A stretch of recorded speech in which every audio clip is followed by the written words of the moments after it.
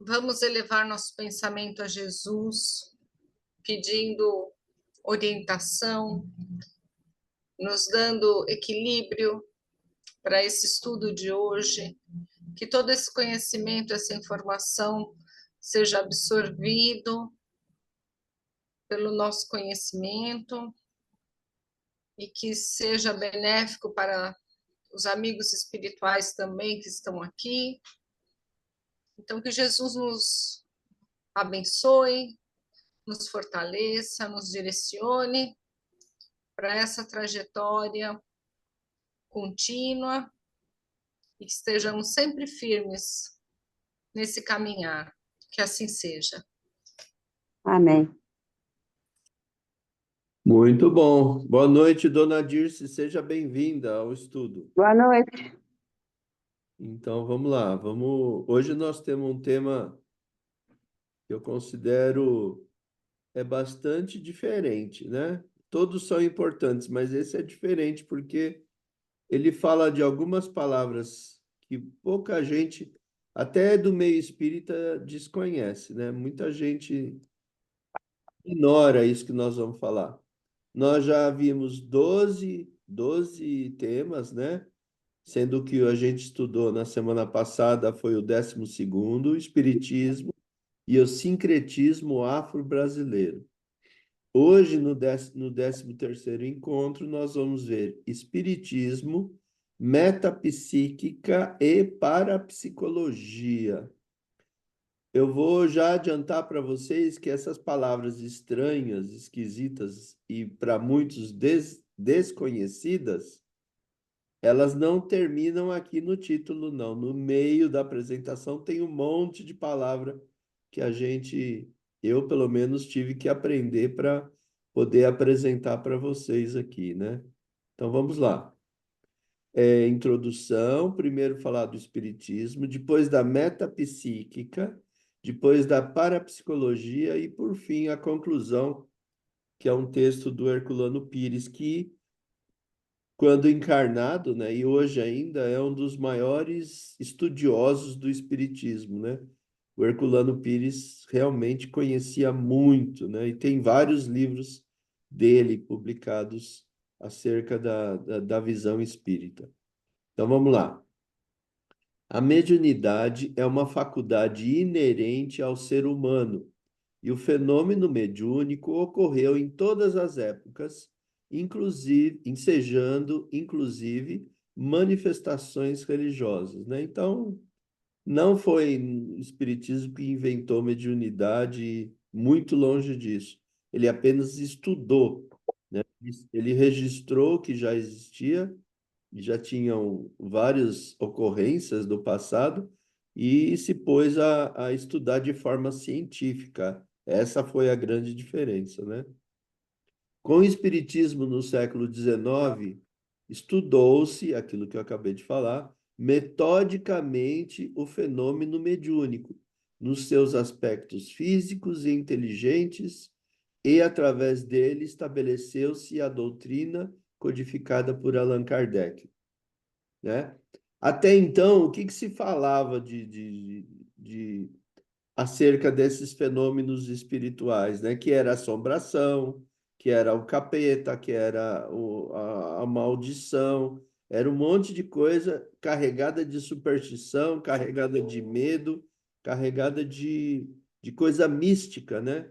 E o espiritismo não tem nada de místico, é muito, muito simples e muito sério e muito. Ele analisa tudo como se fosse uma força da natureza, uma coisa natural que não tem nada de excepcional, né?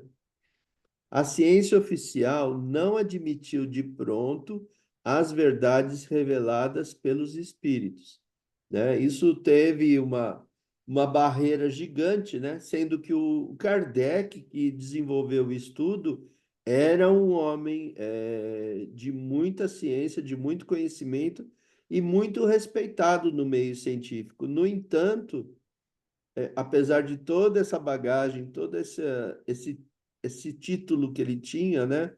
no meio acadêmico, ele não deixou de ser carregado de preconceito, né? Ele foi muito segregado no meio científico por falar o que ele falou, por desenvolver os estudos que ele fez, né? Só um detalhe: quando a gente fala que a ciência oficial não admitiu de pronto as verdades reveladas pelos espíritos, hoje ainda a ciência não admite, apesar de que já existem movimentos, né? A própria doutora Irvênia, que a gente conhece, ela faz parte de um grupo de médicos estudiosos, né? O AME, que ela sempre fala, que, se eu não me engano, é a Associação de Médicos Espíritas. Então, eles estão trabalhando, desenvolvendo estudos sobre as novidades que o Espiritismo trouxe e fazendo esses estudos uma análise, uma comparação com o que a ciência conhece hoje. Então, aos poucos, essa barreira, né, que a ciência materialista não admite vai sendo vencida, né? A doutrina científico-filosófica de consequências religiosas, né? A doutora Irvênia, ela faria uma revisão nesse texto. Ela colocaria doutrina científico-filosófica de consequências morais, que na verdade é o que o termo aqui religioso está querendo dizer, né? A religião trabalha a melhoria das pessoas, a parte moral. Então, tudo isso da doutrina espírita, todo que a gente estuda da ciência e da filosofia espírita, é com o propósito da nossa melhoria moral, senão não teria nenhum, nenhuma razão, né? O espiritismo surgiu a partir das investigações da fenomenologia mediúnica desenvolvidas pelo professor Hippolyte Léon Denisard Rivail a partir do ano de 1855. Foi quando ele começou a ver e estudar aqueles fenômenos.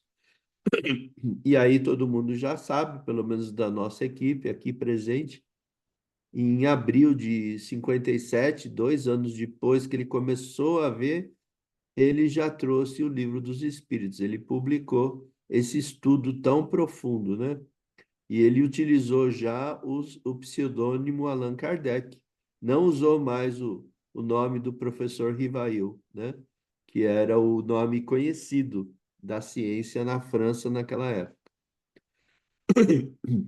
O Espiritismo é uma doutrina essencialmente progressista, né? Isso é importante a gente saber.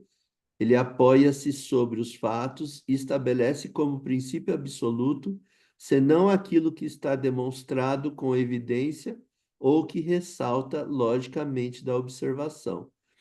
Isso aqui parece uma coisa repetitiva e boba, sem sentido, mas é muito profundo. Por quê? Isso significa que no Espiritismo não existe nada dogmático, não existe dogmas, né? O que é dogma? É aquela coisa que fala, é assim e acabou. Ah, como surgiu o homem na Terra? Ah, foi o Adão que apareceu, depois ele pegou uma costela e fez a Eva, e assim começou. Ou seja, mas como? Qual é a lógica disso? Não tem lógica, é assim e acabou. No Espiritismo não tem dogma. Tudo que está na ciência do Espiritismo vem da análise, da observação, das perguntas, da comparação das respostas. Tudo isso é um trabalho bastante científico, né? Por sua essência, a doutrina espírita contrai sólida aliança com a ciência, que nada mais representa do que as leis da natureza que revelam a grandeza da criação. Gente, eu tô preparando um estudo para fazer sexta-feira. Essa sexta-feira agora, a palestra sou eu que vou apresentar. E é incrível o que eu tô estudando, né? Que é a parte dos falsos profetas, né? Da, do que ele fala dos milagres, né? Que ele comenta. E o Kardec é tão lógico, tem uma página inteira que ele só usa a lógica. Ele fala assim: o que que é o milagre na visão das pessoas, né? É alguma coisa fora do normal, fora das leis da natureza. Aí ele começa a analisar. Quando eu fiz o mestrado, quando eu estudei mestrado, eu aprendi vários métodos de pesquisa e de estudo. E um deles é o dedutivo. E o Kardec usa exatamente o método dedutivo nessa página. Ele fala assim: espera aí, se Deus é todo-poderoso, é imutável, ele não muda, ele não evolui, ele já é perfeito desde sempre, né? E ele é soberanamente justo e bom, e ninguém tem mais poder que ele. Então ele falou assim: como é que vai permitir alguém fazer um milagre? Ou seja, alguém pegar as suas leis que ele criou da natureza e revogá-las e alterá-las, né? E fazer alguma coisa contra as suas leis. Não tem sentido ele mesmo fazer uma coisa e mudar, ele é imutável, né? Aí ele depois o Kardec comenta, aí fala, e outra coisa, será que alguém, outra pessoa que não seja Deus, pudesse mudar essa lei de Deus criada por Deus? Deus, por exemplo, não pode acontecer isso, o cara vai lá e muda. Ué, se o cara mudou o que Deus criou, ele seria mais poderoso que Deus. E aí Deus não seria todo poderoso. Então o Kardec vai, pela lógica, pelo método dedutivo, ele vai desenvolvendo o tema com uma coisa tão racional, tão lógica, e é importante a gente ler esses textos, porque a gente vai criando isso na nossa forma de pensar, de ver e de analisar. Mesmo que alguém venha perguntar: ah, você que é espírita, né? É comum a gente ver isso. Você que é espírita, ah, aconteceu isso com meu parente, aconteceu isso comigo. O que que você acha que é isso?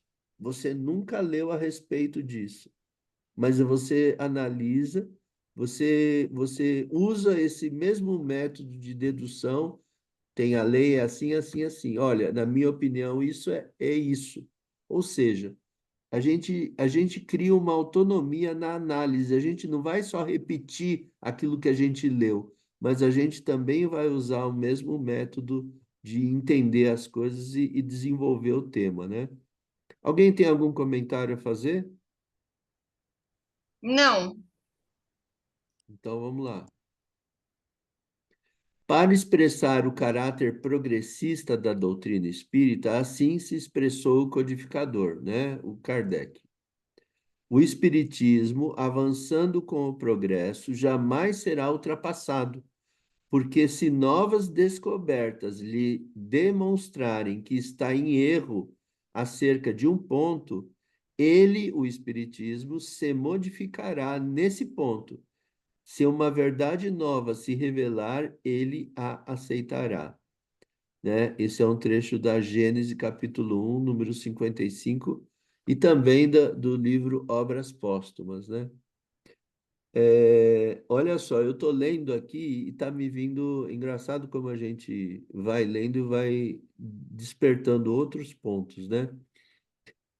No livro dos Espíritos, quando ele fala de matéria, os dois princípios do universo, matéria, e espírito, ele fala do fluido cósmico universal, que é, vamos dizer assim, a matéria básica.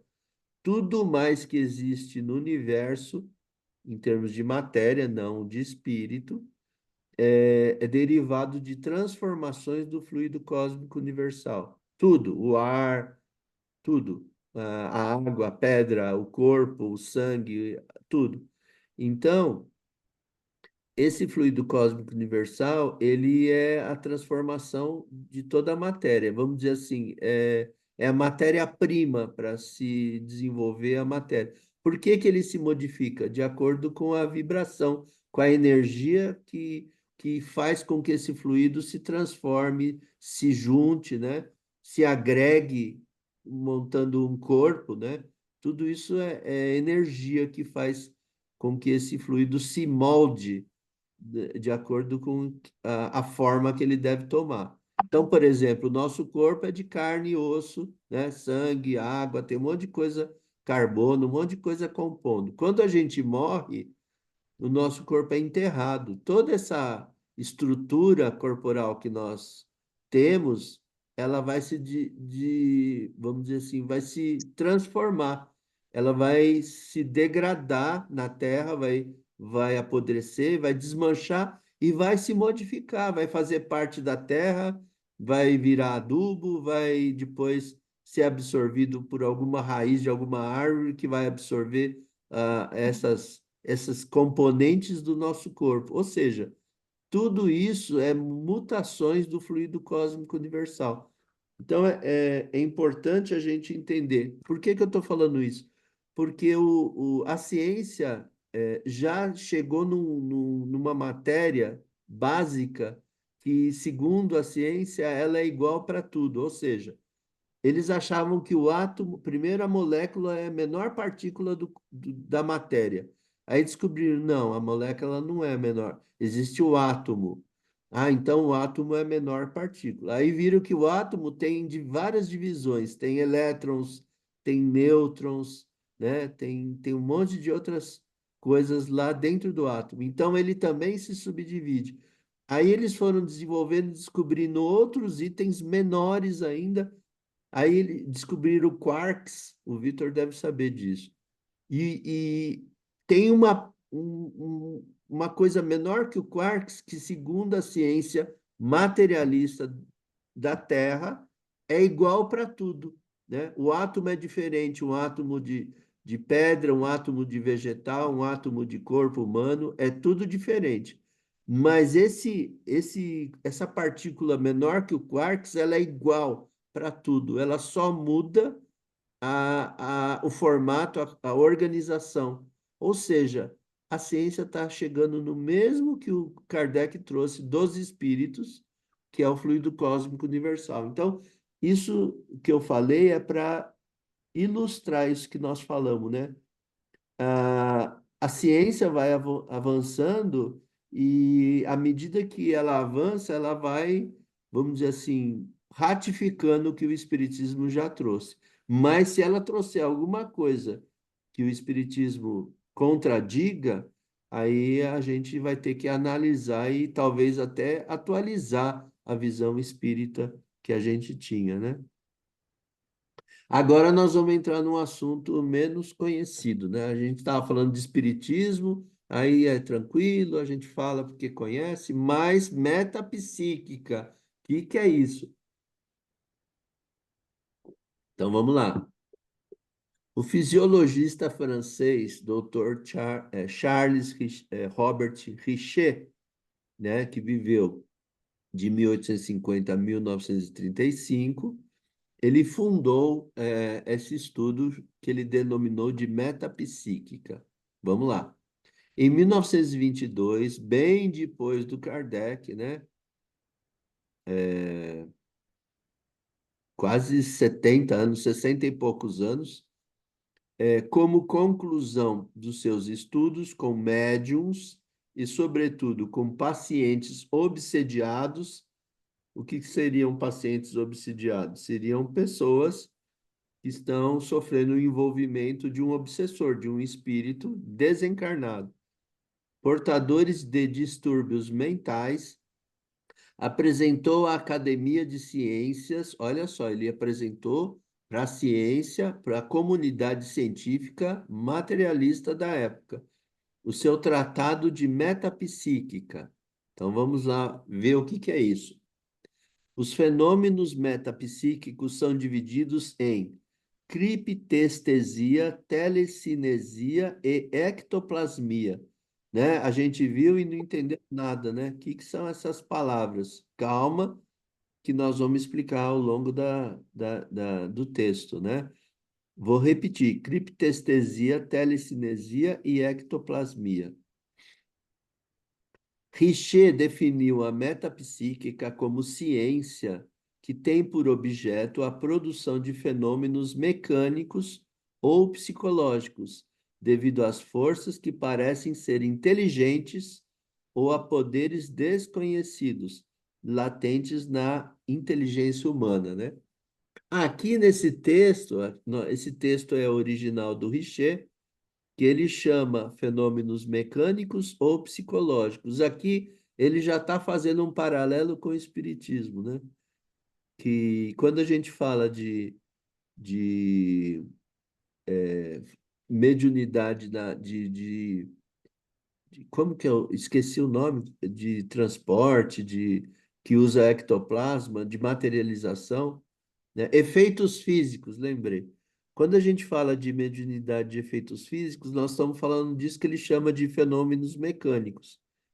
E psicológicos é o que a gente chama de mediunidade inteligente, quando a mediunidade é usada para trazer mensagens inteligentes de outras mentes, no caso, espirituais, né? Então, mecânico é o movimento das coisas usando o ectoplasma, que é o efeito físico. E psicológico é a mediunidade usada para comunicar informações, trazer comunicações, mensagens e etc., né? Então, vamos lá. A metapsíquica objetiva é nomeada pela parapsicologia como percepção extrasensorial, ou PES, né? Que é a mesma coisa que percepção extrasensorial. A expressão cunhada por Joseph Banks Heine, professor da Universidade de Duke, estado da Carolina do Norte, nos Estados Unidos, né? Olha só que nome que ele está trazendo aqui, né? Percepção extrasensorial, que é o que ele chama de metapsíquica objetiva. Refere-se a uma classe de fenômenos denominados criptestesia, né? O que é isso? Termo criado por Richer para especificar o conhecimento que algumas pessoas obtêm de acontecimentos ou fatos presentes e futuros, né? Então, criptestesia, que ele está dando o nome aqui, é exatamente essa condição que algumas pessoas, no caso seriam os médiums, né? Eles conseguem enxergar, né? Prever quando é acontecimento futuro e também ter essa percepção de coisas que estão acontecendo no presente, em algum outro lugar, né? Ele consegue ver o que está acontecendo, sei lá, estando em São Paulo, ver o que está acontecendo no Japão. Então, é mais ou menos isso que ele chama de criptestesia. A metapsíquica subjetiva abrange os fenômenos telecinéticos. Olha, outra palavra estranha aqui, mas ele já explica em seguida, que vem do grego tele e kinese, mover à distância. Ou, agora ele vai explicar, a capacidade de mover fisicamente um objeto com a força psíquica, com a força da mente, fazendo levitar, flutuar no ar, né? Mover-se ou apenas ser abalado pela mente. Então, o que é o que ele chama de fenômenos telecinéticos ou telecinergia, né? Que é você conseguir movimentar objetos, né? Que a gente chama isso também de mediunidade de efeitos físicos, que quando a gente consegue trabalhar com o ectoplasma e fazer com que esses objetos se transportem, se movimentem por aí, né? Alguém tem algum comentário, pergunta? Não, João. Então vamos lá. Agora vamos ver parapsicologia, que é outro estudo aqui também. Você vê que eles estão muita semelhança, dão outra nomenclatura, eles dão outros nomes diferentes que o Kardec adotou, mas eles vêm e falam mais ou menos a mesma coisa, com um detalhe. Tanto a metapsíquica como a parapsicologia, vocês podem ver nas datas que são muito depois do Kardec, né? Em 1930, Joseph Banks Rhine, da Universidade de Duke, Carolina do Norte, nos Estados Unidos, iniciou seus estudos sobre fenômenos inabituais, né? Inabituais são coisas que não acontecem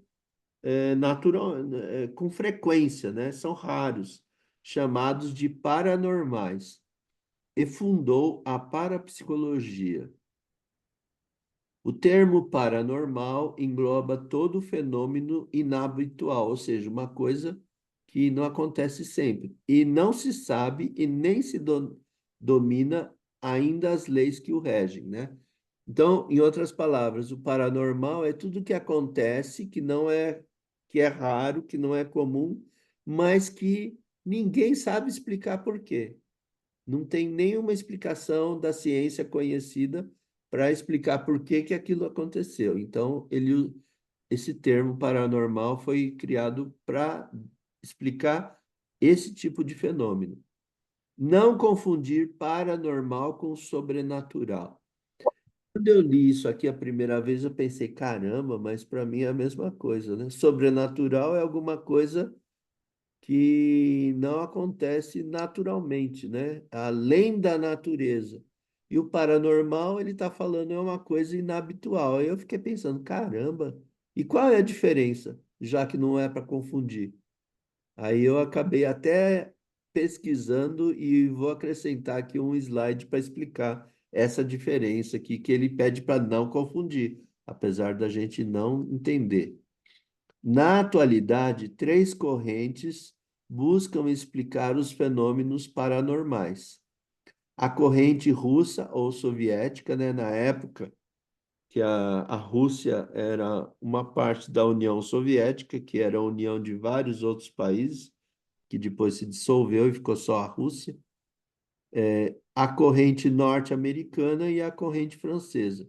Tem três correntes para explicar. A paranormalidade, né? Os fenômenos paranormais têm características especiais e podem também ser denominados de fenômenos psi, né? Dividindo-se em psigama, percepção extrasensorial, faculdade de conhecimento que não depende dos sentidos, né? Olha que interessante, é uma percepção extrasensorial.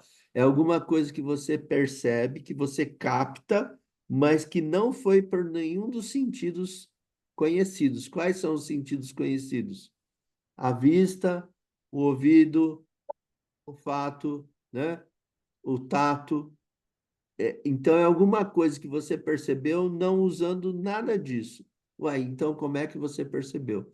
Através de uma extrasensorial, uma coisa além do teu sentido.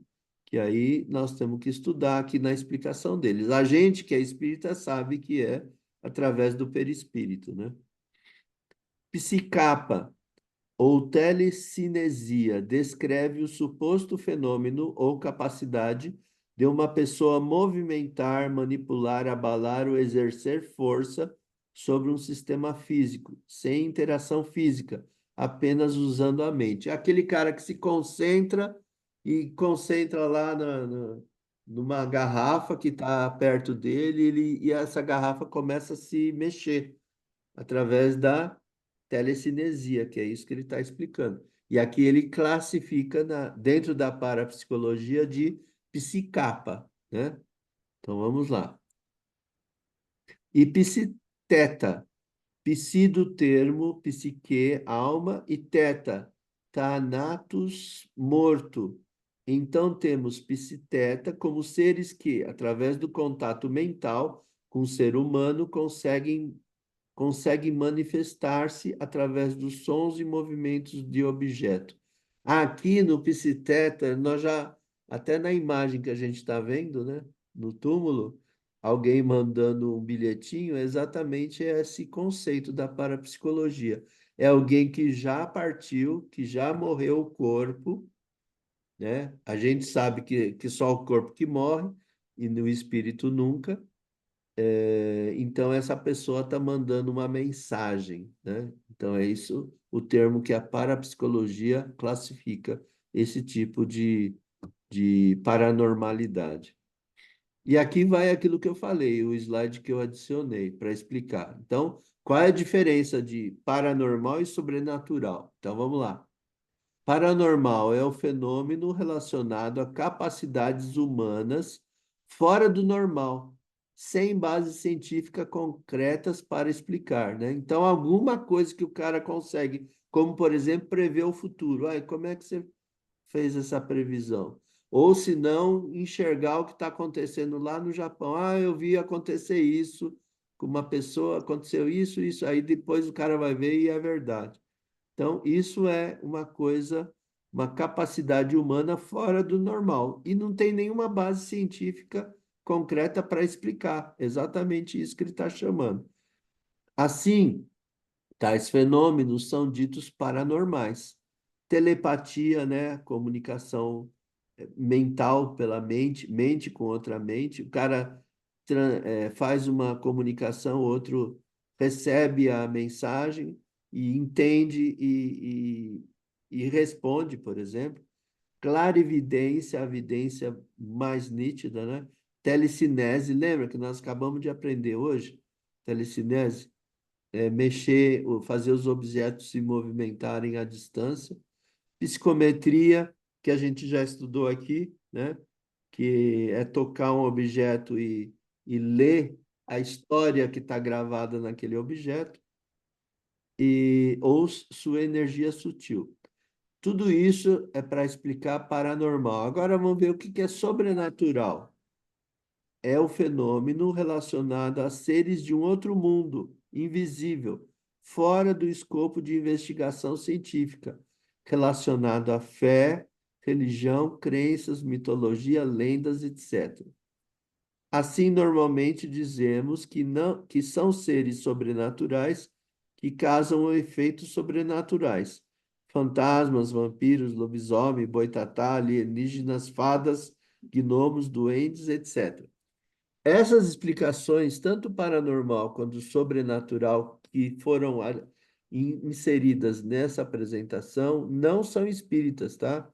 São explicações que existem no conhecimento não espírita, ou seja, comum às pessoas, né? Então, essa é a grande diferença. Não sei se ficou alguma dúvida aí. Alguém tem algum comentário a fazer? Não, João. Aí vamos à conclusão do nosso mestre Herculano Pires, José Herculano Pires, né? Eu aprendi que o nome dele completo é José Herculano Pires porque teve uma vez que eu fui fazer um estudo da biografia dele e li o nome inteiro dele, né? Em seu livro Mediunidade, Vida e Comunicação, capítulo 2, apresenta uma relação entre os fenômenos estudados pelo Espiritismo, pela metapsíquica e pela parapsicologia, onde ressalta o acerto metodológico do codificador. Então, ou seja, o Herculano Pires, como ele viveu, ele desencarnou, se eu não me engano, na década de 70, perto disso, 70, 80, por aí. Depois eu vou pesquisar e tiro a dúvida. Então, já existia tudo isso que a gente estudou, metapsíquica, parapsicologia. Então, ele faz uma análise comparando, nesse livro aqui que ele publicou, uma comparação. Dessa comparação, a gente vai destacar uma parte. Kardec dividiu os fenômenos observados para efeito metodológico, ou seja, ele dividiu apenas para criar uma lógica, uma metodologia de estudo para facilitar a compreensão desses fenômenos, né? Em duas grandes áreas diferenciadas: fenômenos de efeitos inteligentes e fenômenos de efeitos físicos. É aquilo que a gente comentou agora na explicação. A visão do Kardec, a visão do Espiritismo. Charles Richer, fundador da metapsíquica, estabeleceu nessa ciência da metapsíquica a divisão das duas áreas com nomes de metapsíquica subjetiva e metapsíquica objetiva, que corresponde exatamente à divisão espírita. Ou seja, efeitos inteligentes corresponde à metapsíquica subjetiva e efeitos físicos corresponde à metapsíquica objetiva. Simplesmente muda o nome, né? Mas é mais ou menos a mesma coisa, que corresponde exatamente à divisão espírita.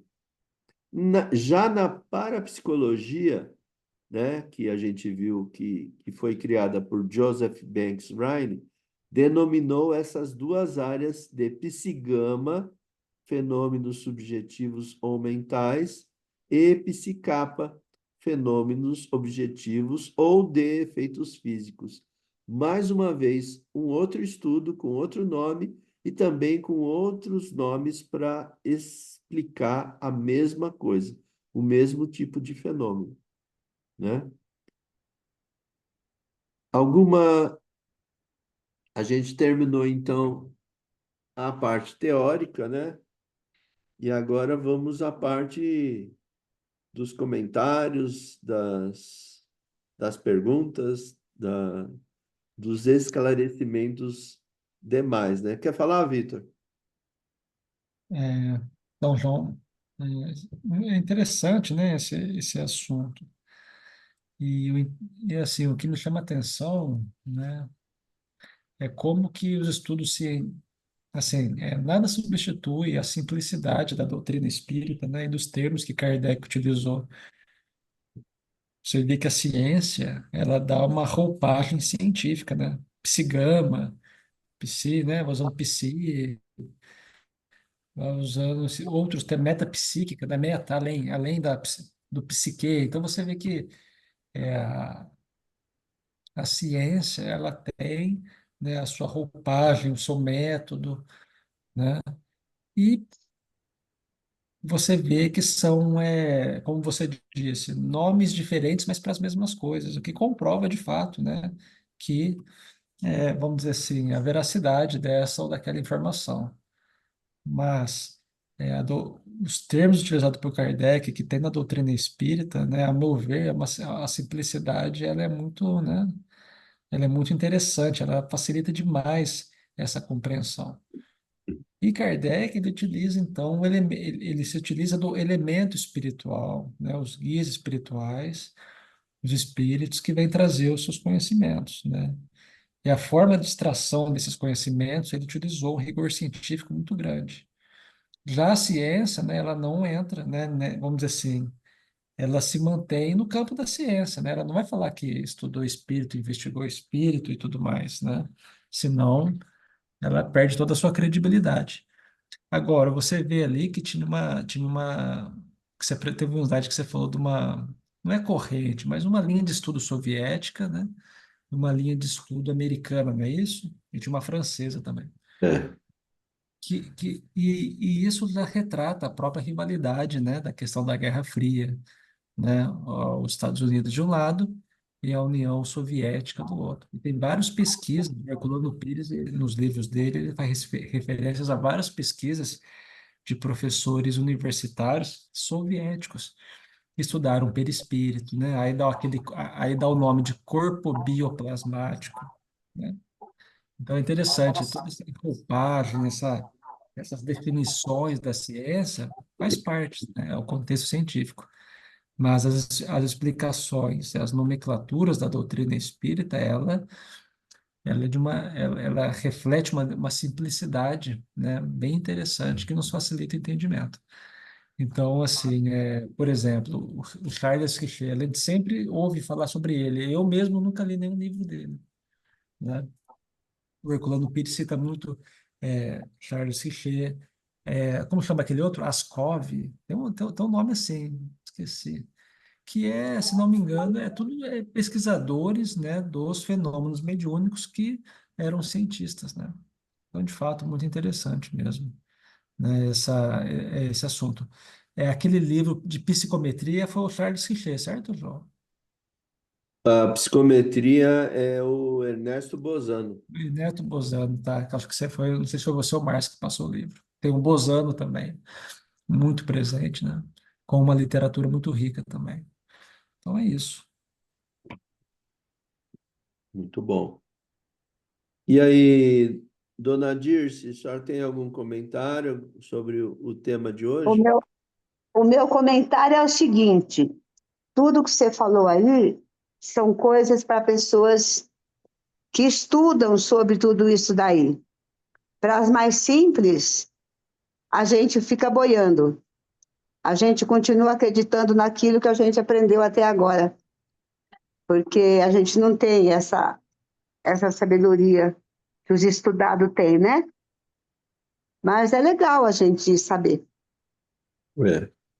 Eu acho que esses termos, essas palavras, eu mesmo já tinha lido e não lembrava, eu mesmo não decorei. E eu acho que o valor de se decorar isso não é tão relevante. Mas o que fica, na minha visão, a essência desse estudo é a gente saber que o que o Kardec estudou, o que ele fez, depois foi ratificado, foi confirmado por outros estudiosos que vieram, inclusive, depois do Kardec. Não sei se eles se basearam ou copiaram alguma coisa que o Kardec fez, porque eles vieram depois. E, no entanto, às vezes eu lembro que tinha um padre, talvez a dona Dirce lembre, o padre Quevedo. Ele estudava parapsicologia, ele era um parapsicólogo, ele vivia no Brasil, mas ele acho que era italiano, falava com sotaque. E ele usava a parapsicologia para desmascarar, entre aspas, o espiritismo, para contradizer o espiritismo. Tudo que o espiritismo dizia de comunicação com espíritos, não sei o quê, ele usava para a psicologia para contradição, para falar, não, isso não é verdade, não existe espírito, mas, na verdade, ele estava manipulando, porque a gente viu aqui no estudo que a parapsicologia dá outros nomes, mas ela não contradiz em nada, ela fala a mesma coisa, só que com outra explicação. Então, o que a gente pode tirar da essência desse estudo é que a ciência vai chegando próximo do espiritismo, mas dando outros nomes, nunca dizendo que está errado, que não existe, que não tem nada a ver, né? Então, na verdade, essa talvez seja a essência do estudo de hoje, não simplesmente decorar o que é telecinesia, né? Agora eu não esqueço mais, mas, mas não Mas precisa. é legal, João, para quando vocês fazem, sei lá, um congresso ou uma reuniãozinha com pessoas do mesmo nível, para vocês debaterem, conversar e falar tudo sobre isso. Mas para a Sim, gente mais simples, tudo sim, isso aí não tem como, a gente não entende nada, não. A gente volta para o nosso espiritismo do dia a dia. legal, tudo bem. Ana Paula, comentários? Abri. Muito bem, é muito interessante, né? Assim como Kardec foi cuidadoso e conseguiu, através da ciência, mostrar esses fatos espirituais, né? Essas coisas que acontecem, né? É muito interessante tudo isso, tudo, essas definições, mas eu também confesso que para mim é difícil memorizar cada uma desses conceitos, né? É, então, aí eu também gosto de ir pelo mais simples nesse momento. É importantíssimo a gente saber, né? Estudar, mas na hora do vamos ver, como você falou, não dá para decorar tudo isso, né? Então, assim, acho que o conceito básico, o que é de mais simples, a gente tem que saber que existe, mesmo que de repente a gente não consiga explicar de um jeito tão completo como Kardec, obviamente ninguém vai chegar no nível dele, mas a gente sabe que existe, né? E tentar trazer isso para a nossa realidade dentro do centro espírita, dentro né, do que a gente vive no dia a dia. Mas é muito interessante, né? Eu tinha lido né, a apostila há um tempo atrás, mas é Sim, bem legal mesmo você parar e olhar com esse olhar, né, mais estudioso. sim. Legal. Muito bom. Bom, então vamos encerrar. Dona Dir, só não quer fazer a prece para nós? Acho sim. Vamos lá. Senhor Deus, nosso Pai de amor, de misericórdia, de justiça, obrigado, Senhor, pela bênção da vida. Obrigado por essa oportunidade que a gente tem de estar nessa doutrina. Ela nos parece, Senhor, complicada em certos momentos, como esse estudo de hoje, mas voltamos a Ti, meu Pai, e agradecemos, porque tenho eu a minha simplicidade, que pouco entendo, mas tem pessoas intelectuais que gostam e que vão em frente. Tudo isso, Senhor, nós te agradecemos. Obrigada, Senhor Jesus, por iluminar o nosso caminho todos os dias, por essa noite, por esse conforto que a gente tem hoje, de estar dentro de casa e conseguir acompanhar uma aula. Nós te agradecemos. Pai nosso que está no céu, santificado seja o teu nome. Venha a nós o teu reino, seja feita a tua vontade, assim na terra como no céu. O pão nosso de cada dia dai-nos hoje. Perdoa nossas ofensas, como nós perdoamos a quem nos tenha ofendido. E não nos deixeis cair em tentação. Livra-nos do mal, porque teu é o poder e a glória para sempre. Graças a Deus, que assim seja. Amém.